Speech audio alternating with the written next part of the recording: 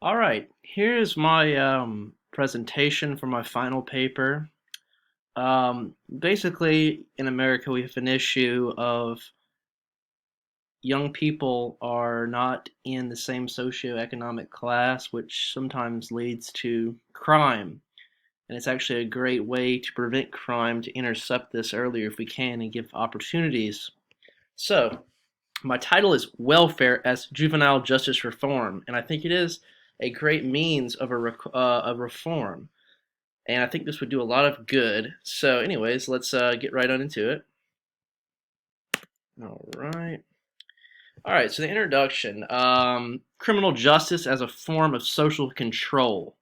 Law enforcement serves control rather than protect. We see this time and time again how police officers seem to like power and owning the social order rather than protecting us and doing the true job of a civil servant. There's a lot of incidences of militarization of the police, incarcerating even children. Baton Rouge is a particularly very militarized police force in some aspects, such as riot control, stuff like this. So basically, the investment of military equipment and funding our police for these, comparable to the U.S. Army equipment, it works against our budget and the justice system. So that's the second part of my just introduction. Third, welfare as a form of justice reform for juveniles. Um, I think we've learned through our criminal justice class that aggressive law enforcement and trying to ramp up prosecutions and put people behind bars isn't the right thing to do.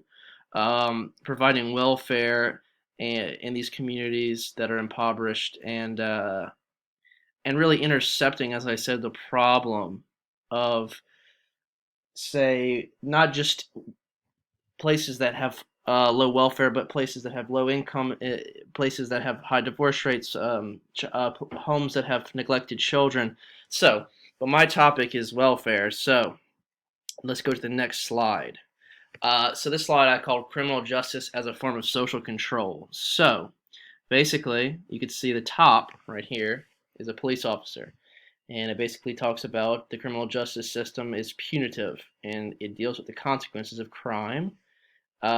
Here's a judge on the second tab, and it's talking about the existing criminal justice system wants to put impoverished communities behind bars instead of, like I said, intercepting and fixing the problem, which is a huge, huge, huge issue. And lastly, the monetary issue. The profitability of rehabilitation has led to creating an industry that's rewarded for locking people up, putting people behind bars, ruining people's lives. So this is not good. This is terrible. What should we do? So let's go to the next slide. Militarization of police, as I talked about.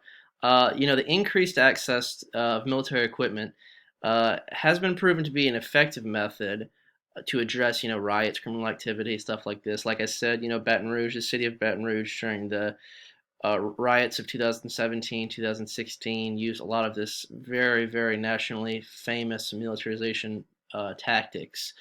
They're armed with military equipment. It's almost like it's like I put right here on this PowerPoint. It's a war against American citizens, which is not good. It also allows for drastic measures to be taken against marginalized communities. Can you imagine trying to fight this? Obviously, this is not a U.S. soldier, but can you imagine trying to fight somebody, an army dressed like this that wants you behind bars without actually trying to help the problem? It's not a good idea. It's not ethical. Okay, incarcerating children. Why is this a problem? Uh, they take aggressive in criminal justice in America, aggressive attitudes against criminals, uh, especially minors, and they like to legislate for harsher punishment for minors, which doesn't seem to be ethical at all. It also makes it difficult for children that are born in these impoverished situations where they're at a socioeconomic uh, shortcoming to really, get to the surface. And it sort of drives them into the, you could say broken window effect, but the idea of I can't get out of this. If I get in trouble, I'm going to have to cry more. It's just the circling effect. I cannot make myself economically safe and have a good life. And if I get tacked on with penalties of a crime, it's going to be even worse. So obviously, that is terrible, and that's why welfare would be good. So intercepting with welfare. And lastly, on the third bullet, it leads to a tendency of minors into a life of criminal activity because they just cannot get out of it. When President Obama visited a prison on Vice News, that was one of the topics that was talked about, how people, and we see this time and time again, how people just can't get out of the circle. It's set up for you to fail. That's what they were telling Senator Booker when he was interviewing a former inmate who was a shop owner. He was saying, it's set up for us to fail the system, and it's how are we going to pay this if they give us, just pennies once we get out. We have no job, we have barely any clothes.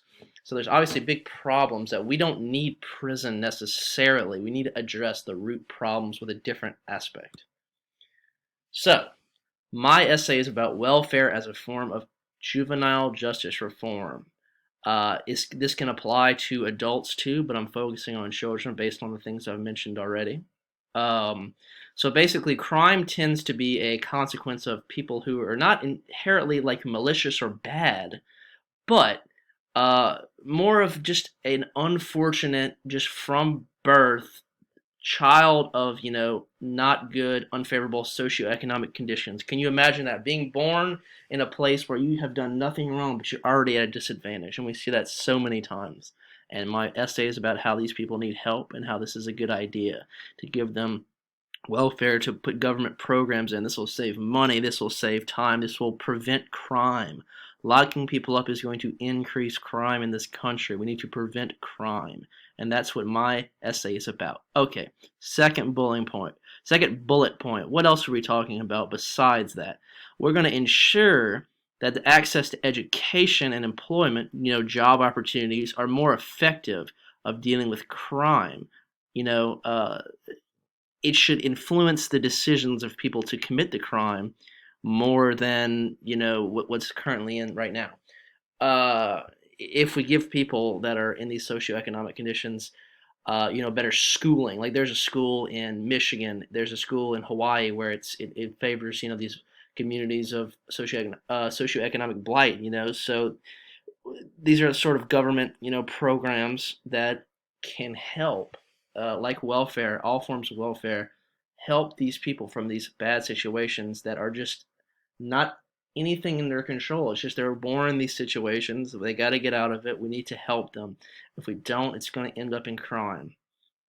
And the third bullet point is that youth programs in impoverished communities, like these places we were talking about, have been proven to be effective. And I'll talk about that in my essay and how they measure and it reduces criminal activity. Again, we're sort of cutting the head off the snake. We are killing the roots before they can really blossom into a flower or a weed. So it's these issues that we need to implement again for people that do not deserve to be criminals. And if we decided to, instead of waiting till the crime happens and being punitive, instead of that, we can help them and be good, citizens, and put these initiatives in from the beginning to these people that are, as I would say, at-risk youth, because that's where it starts. If they get in the if you want to say pipeline, if they get in the I'm going to crime and I'll be in this loop of owing money forever, we don't want that. So that's why we want to target these at youth risk people. So yeah, that's basically what my essay will talk about.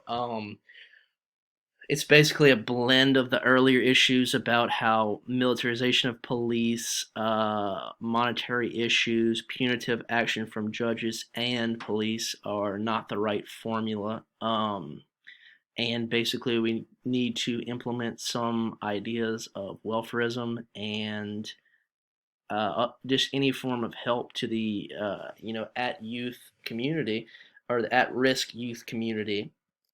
and we need to see if that works, and I think it will, and that's what I'll talk about in my essay. So, anyways, I hope you guys enjoyed watching this. That's my topic, and it's a very, very applicable situation in today's country, in today's, especially this country, in today's time. We have high incarceration rates, and we're looking for solutions. So this is a great solution that I think would really and is being implemented and is changing, and I'll talk about why in my essay. Anyways, thank you for the time, and hope you enjoy. Thank you.